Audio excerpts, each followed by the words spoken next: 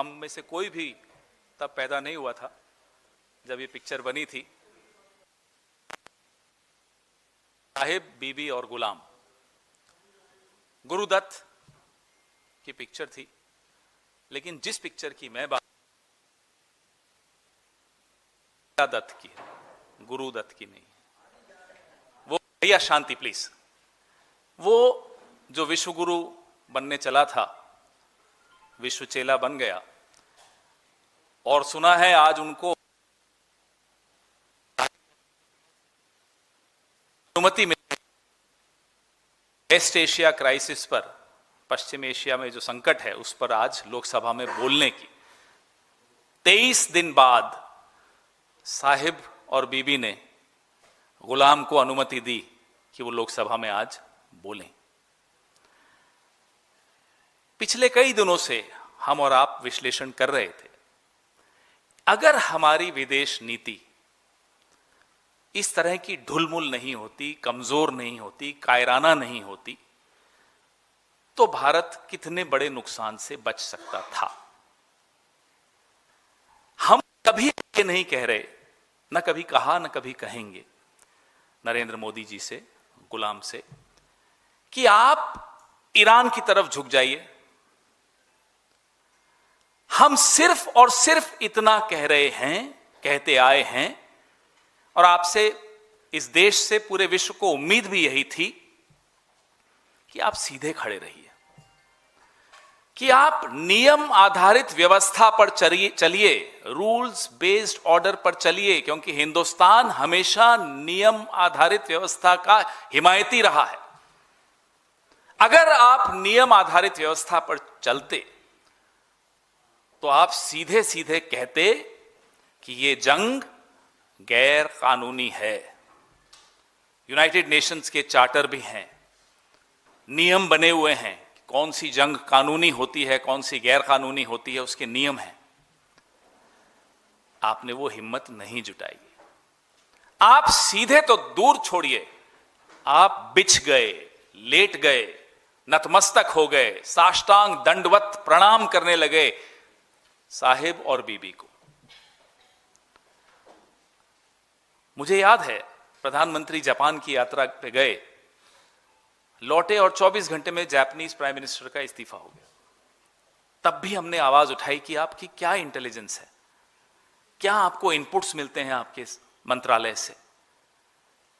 अब इजराइल गए, 48 घंटे में इजराइल ने भारत के एक पुराने दोस्त पे हमला किया, गैर कानूनी हमला किया, अमेरिका और इजराइल ने, साहिब और बीबी ने।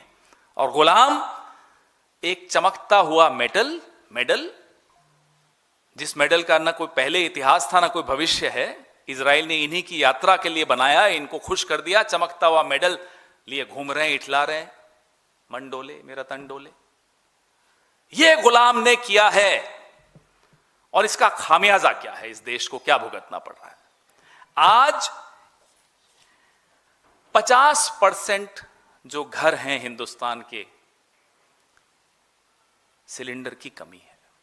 अभी जब मैं आ रहा था तो हमारे साथियों ने मुझे बताया कि जो सिलेंडर का वजन 14.2 किलो होता है, अब उसको 10 किलो कर रहे हैं।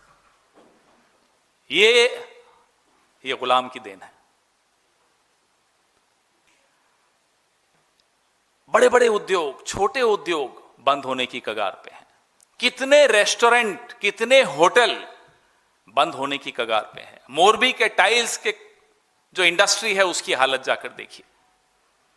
देश का कोई कोना ऐसा नहीं बचा कि गुलाम की गलतियों का खामियाजा जिसने नहीं भुगता हो। 60,000 मेट्रिक टन बासमती चावल जो भारत एक्सपोर्ट करता है, अटका हुआ है समुद्र में। अगर गुलामी नहीं करता साहिब और बीबी की, तो स्ट्रेट ऑफ हॉर्मुज हमारे लिए खुला रहता, निर्बाध रूप से खुला रहता, हमें उनकी शर्तें नहीं माननी पड़ती। आपको ये अच्छी तरह से ज्ञान है, लेकिन मैं फिर भी दोहराऊंगा कि भारत जो ईरान से तेल खरीदता आया था, बार बार मुझे था बोलना पड़ रहा है, वो भारतीय करेंसी में खरीदता था, डॉलर्स में नहीं खरीदना पड़ता था। ये हमारे रिश्तों की समृद्धि थी, ये हमारे रिश्तों की ताकत थी कि हमारे फॉरेन एक्सचेंज पे प्रेशर नहीं पड़ता था। हम भारतीय करेंसी में ईरान से तेल खरीदते थे, वो पैसा भारत के बैंकों में जमा होता था और जो वो हमसे ट्रेड करते थे उसमें एडजस्ट हो जाता था। सुना है 8 देशों से अब ईरान नेगोशिएशंस कर रहा है। स्ट्रेट ऑफ हॉर्मुज में जो व्यापार होगा, उसके जरिए जो सामान आएगा, उसको लेकर उन 8 देशों में हम भी हैं। और सुना है कि अब ये 8 देश चाइनीज करेंसी खर्च करके सामान लेंगे, युआन खर्च करके सामान लेंगे। ये गुलाम ने हासिल किया इस देश के लिए। हमारे लाखों लोग गल्फ के देशों में, खाड़ी देशों में काम करते हैं, रेमिटेंस आता है वहां से। गुलाम ने यह नहीं सोचा, जिनके लिए कहते थे पापा ने वॉर रुकवा दी, यूक्रेन से हमारे लोगों को वापस लाया, कहां है पापा? हमारे खाड़ी देशों में जो भारतीय हैं उनको कब लाओगे? उनके बारे में सोचे बगैर मेडल लेने आप चले गए अपने मालिक के पास। मैंने सिर्फ यहां साहिब, बीबी और गुलाम लिखा है। साहिब और बीबी के पीछे एक और बड़े साहब हैं, एप्स्टीन नाम है उनका। उनका जिक्र हम बार बार करते रहेंगे। हमें क्या पड़ी थी, क्या मजबूरी थी, क्या कमजोरी थी, कौन सी कमजोर नस थी, कौन सी ईडी थी, कौन सी सीडी थी, कौन सा वीडियो था कि हम यहां बिछ गए, सीधे नहीं खड़े रह पाए, हर घर को नुकसान पहुंचाया, हर व्यापार को नुकसान पहुंचा। जेम्स एंड ज्वेलरी, गरम मसाले, चावल, केले, अंगूर, कौन सा ऐसा किसान नहीं है जो आज परेशान है गुलाम की गुलामी की वजह से। फर्टिलाइजर, यूरिया, ये सारे आंकड़े हम आपको दे चुके हैं। ये सारे, हर किसान, हर मिडिल क्लास, रूरल, अर्बन, सब जगह गुलामी की कीमत हम लोग अदा कर रहे हैं। 5,000 रुपए का ब्लैक चल रहा है सिलेंडर पर। जो इंडस्ट्रियल डीजल है 22 रुपए से उसकी कीमत बढ़ा दी गई। जो प्रीमियम पेट्रोल है 2 रुपए बढ़ा दी गई। और हम दावे के साथ कह रहे हैं चुनाव खत्म हो जाने दीजिए, कैसे कीमतें बढ़ती हैं दिखाएंगे आपको। ये सिर्फ और सिर्फ चुनाव तक रुके हुए हैं।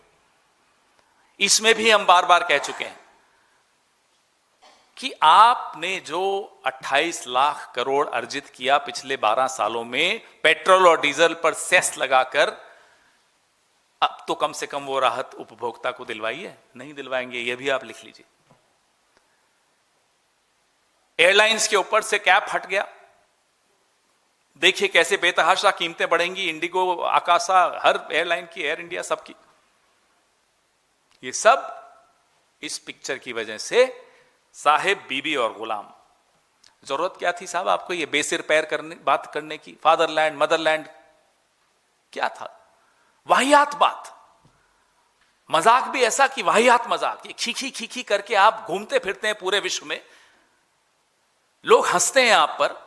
आपको आभास है कि आपकी क्या छवि बन गई है पूरे विश्व में। और ये छवि आपकी नहीं, माफ कीजिएगा, देश की खराब कर रहे हैं आप। ये खीसे निपोर कर विदेशों में जा जाकर लोगों से गले जबरदस्ती मिल मिलकर क्या हासिल किया साहब आपने? हमने आपको 15-20 दिन पहले जब ये जंग शुरू हुई, खास तौर पे जंग शुरू होने के बाद हमने कहा साहब निंदा कीजिए, नहीं की, हिम्मत नहीं थी। न साहिब के सामने हिम्मत, न बीबी के सामने हिम्मत। हमने फिर आपको कहा कि आयतुल्लाह खामेनेई की हत्या हुई है साहब, शोक के 2 शब्द बोलिए प्रधानमंत्री के मुंह से। आज तक शोक के 2 शब्द नहीं निकले। फिर दोहराते हैं, मत झुकिए ईरान की तरफ, सीधे तो खड़े रहिए। और अगर सीधे खड़े रहेंगे तो निंदा भी करेंगे, शोक भी व्यक्त करेंगे। और जैसा एक सभ्य देश की सभ्य विदेश नीति होती है, उसका सम्मान करेंगे। यहां तो आप साहब अपना भी अपमान कर रहे हैं, अपनी कायरता के, आपकी कायरता के चर्चे पूरे विश्व में हो रहे हैं। 85% गैस जहां से आता है वो रास्ता ब्लॉक हो गया आपकी इस गुलामी की वजह से, आपकी इस कायरता की वजह से। मैंने आपको बताया, पहले भी बताया, हम कई बार बोल चुके हैं, हम परमाणु निरीक्षण अमेरिका की आंखों में आंखें डाल के 2 बार कर चुके हैं, 2 से ज्यादा बार कर चुके हैं। यह ताकत थी। बांग्लादेश बनाते वक्त भी आंखों में आंखें डाली थी हमने। क्या मजबूरी है आपकी? मैं फिर जानना चाहता हूं, हम सब जानना चाहते हैं, आपकी ऐसी कौन सी सीक्रेट्स अमेरिका के, एप्स्टीन के या इजराइल के पास या तीनों के पास हैं कि आप देश हित में सोचना भी बंद कर चुके हैं, सही कदम उठाना बंद कर चुके हैं। ब्रिक्स के अभी आप चेयर कर रहे हैं ब्रिक्स को, हिम्मत दिखाएंगे? हम बार बार ये दोहराते हैं, हिम्मत दिखाइए। एक विश्व को एक नैतिक नेतृत्व की आवश्यकता है जो हमेशा भारत ने दिया है। आप में वो हिम्मत क्यों नहीं आ पा रही? जब आइरिस देना को हमारे आंगन में अमेरिका ने टॉर्पीडो किया, हिंद महासागर में हम खामोश रहे। हमने फिर कहा निंदा कीजिए, हमने फिर पूछा आपसे कि न्यूक्लियर सबमरीन आपके पड़ोस में आ गया और आपको क्या जानकारी नहीं थी? और जानकारी थी तो आप चुप रहे। ये गुलामी नहीं है तो क्या है, हमें बताइए। एक छोटा देश, सम्मान के साथ कह रहा हूं, लेकिन एक छोटा देश श्रीलंका हिम्मत दिखाता है, कहता है अमेरिका को हम आपको अपने बेस नहीं यूज करने देंगे। और हम एक पहाड़ सा देश है, बड़ा देश है, ताकतवर देश है, 75 साल से एक ताकत, एक गुडविल, हमने एक नाम कमाया है, और हम हिम्मत नहीं जुटा पा रहे अमेरिका को एक बार आंख दिखाने की कि हमारे इंडियन ओशन में आकर आपने हमारे मेहमान को क्यों मारा। हम हिम्मत नहीं जुटा पाए ये बोलने की कि 168 स्कूल जाती बच्चियों को आपने मार दिया है, ये गलत किया है। हम ये हिम्मत नहीं जुटा पाए। क्यों? क्योंकि गुलाम डरता भी है। गुलाम इसीलिए है क्योंकि गुलाम डरता है, और गुलाम डरता इसीलिए है कि गुलाम की कुछ कमजोर नस साहिब और बीबी दोनों के पास है। क्या हमारे देश के प्रधानमंत्री की कमजोरी के चलते हम देश को कमजोर होने देंगे? हम ये उम्मीद करते हैं कि आज हम जो यहां सवाल जो उठा रहे हैं, गुलाम के पास अभी है आधा घंटा,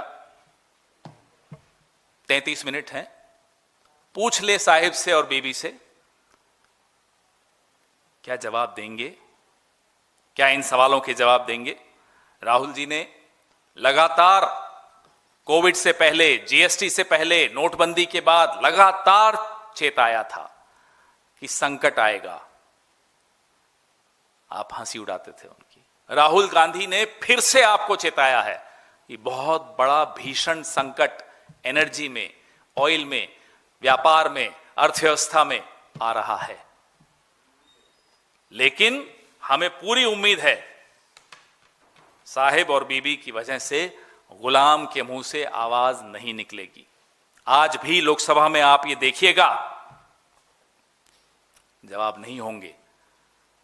हम ये जानना चाहते हैं, आज जवाब दीजिए कि आपने निंदा क्यों नहीं की थी, आपने शोक क्यों नहीं जताया था, आप क्यों इजराइल के सामने झुक गए, आप क्यों बिछ गए, आपने क्यों देश के हितों के साथ समझौता किया? इसका जवाब आज हम उम्मीद करते हैं आप दीजिए, अगर हिम्मत है तो। लाग लपेट मत कीजिएगा कि हमारी 2 शिप्स आने दी, हमारी 3 शिप्स आने दी। चीन और रूस के लिए निर्बाध रूप से खुला रहा पिछले 23 दिन स्ट्रेट ऑफ हॉर्मुज, हमारे लिए नहीं था। ईरान की एम्बेसी ने भारतवासियों को शुक्रिया अदा किया है, कंट्रीब्यूशंस के लिए, डोनेशंस के लिए, दवाइयों के लिए। हम देख रहे थे कश्मीर की छोटी छोटी बच्चियां अपनी इयररिंग्स दे रही थी। सरकार को धन्यवाद नहीं दिया, भारत को धन्यवाद दिया, और जो राहत वो दे रहे हैं वो भारत को देना चाहते हैं। क्योंकि इस रिश्ते का एक इतिहास रहा है। ये दो सभ्यताओं का रिश्ता रहा है। सरकारें आती जाती रहती हैं, कभी कभी ऐसी नामाकूल सरकारें भी आ जाती हैं, ऐसे गुलाम लोग भी प्रधानमंत्री बन जाते हैं, लेकिन फिर भी जो बड़े देश हैं, बड़ी सभ्यताएं हैं, पुरानी सभ्यताएं हैं, वो अपने रिश्ते कायम रखना जानती हैं। बधाई देते हैं हम इस देश के करोड़ों लोगों को जिन्होंने संकट की इस घड़ी में ईरान का साथ दिया, सरकारों के बावजूद दिया। जो डिसरप्शंस आ रही हैं मिल्क सप्लाई चेन की, आने वाले 10 दिन में अगर एलपीजी शॉर्टेजेस ऐसे ही चलती रही तो दूध की पैकेजिंग पे नुकसान होगा और दूध की किल्लत महसूस होगी। ये सब आपको वहां नहीं सुनाई देगा आज लोकसभा में। इन सब असली मुद्दों पर आपको कुछ नहीं मिलेगा लफ्फाजी के अलावा, लेकिन इसलिए हम लोकसभा में वो बोलें उससे पहले हम ये सवाल पूछना चाहते हैं, क्या करेंगे आप 60,000 मेट्रिक टन चावल का जो अटका हुआ है? क्या आप गरम मसाले के जो व्यापारी हैं, मैन्युफैक्चरर्स हैं, उनको क्या जवाब देंगे? केले, अंगूर, हल्दी, ये सब परेशान घूम रहे हैं। और जेम्स एंड ज्वेलरी तो इनके अपने राज्य में बहुत बड़ा संकट है। 3,000 एमएसएमईज कर्नाटका में तबाह हो रही हैं इस 23 दिन के युद्ध में। 3,000, 15,000 एमएसएमईज जो automotive sector, garment sector, footwear sector पर सीधा सीधा प्रभाव पड़ रहा है, वो बंद होने की कगार पर है क्योंकि एलपीजी और सीएनजी की शॉर्टेज है। मंत्री संसद में कहते हैं 74 दिन का गैस है, सोर्सेस के माध्यम से कहते हैं 25 दिन का गैस है। हमें नहीं मालूम सोर्सेस सही है या मंत्री सही है। कोई क्लैरिटी नहीं है, कोई स्ट्रेटेजिक प्लानिंग नहीं है, कोई स्टैंड नहीं है, कोई चिंता नहीं है, कोई जवाब नहीं है। क्या बोलोगे, किस मुंह से बोलोगे लोकसभा में? हमारी 37 जहाज, 1,109 सेलर्स और 10,000 करोड़ के सामान अभी फंसे हुए हैं। पिछली बार जब मैं आया तब मैंने आपको एक आंकड़ा दिया था, आज का आंकड़ा यह है। हमारा शेयर मार्केट 48 लाख करोड़ डूब चुका है शेयर मार्केट में पिछले 23 दिनों में। नुकसान सबको हो रहा है, गुलाम को छोड़ के सबको नुकसान हो रहा है। और जो हम बार बार इनको कहते आए, याद दिलाते आए कि साहब आपका राजधर्म यह है कि आप निंदा करिए, आपका राजधर्म यह है कि आप शोक व्यक्त करिए, इन्होंने नहीं मानी और उसका खामियाजा आपके सामने है, भुगत रहे हैं सब। पूरे विश्व को मालूम था कि वेस्ट एशिया में संकट बढ़ रहा है, जंग कभी भी हो सकता है, आप फिर भी दौड़े दौड़े गए। क्यों गए हमें नहीं मालूम। पेगासस 2 लाने गए, पेगासस 3 लाने गए, क्या करने गए इजराइल हमें नहीं मालूम। जो दिखा वो ये था कि एक दांत आपके यूं दिख रहे थे, एक मेडल चमक रहा था, बस यही दिखा हमें। देश को जो नुकसान हो रहा है वो अब पूरा विश्व देख रहा है। आपके सवाल।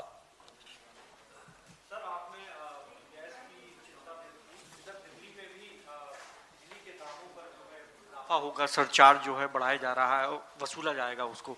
किस तरह से देखते हैं? मैं आपको कह रहा हूं, ये शुरुआत है। हर क्षेत्र में आपको इन्फ्लेशन होती हुई दिखेगी। ये तो भला हो उन सब लोगों का जो 1 नेशन 1 इलेक्शन में विश्वास नहीं रखते, नहीं तो ये कीमतें अभी बढ़ चुकी होती फरवरी में ही। ये 1 नेशन 1 इलेक्शन नहीं है, इसलिए 5 चुनाव अभी हैं तो कीमतें नहीं बढ़ा पा रहे हैं। देखिए चुनाव खत्म होने के बाद क्या करते हैं। हेलो पवन जी, प्रधानमंत्री नरेंद्र मोदी के नेतृत्व में सीसीएस की बैठक कल हुई थी और पश्चिमी एशिया में जो हालात अभी हैं उसको लेके चर्चा वहां पे की गई, रणनीति बनाई गई। 2 बजे के आसपास प्रधानमंत्री सदन में जवाब भी देंगे और उसके बाद तमाम जो केंद्रीय मंत्री हैं वो बाहर मतलब प्रेस कॉन्फ्रेंस करेंगे और जानकारी देंगे कि क्या स्थिति अभी भारत की है। तो क्या कहेंगे, क्योंकि आप लगातार आरोप लगा रहे हैं लेकिन प्रधानमंत्री नरेंद्र मोदी सीसीएस की अब बैठक भी कर रहे हैं।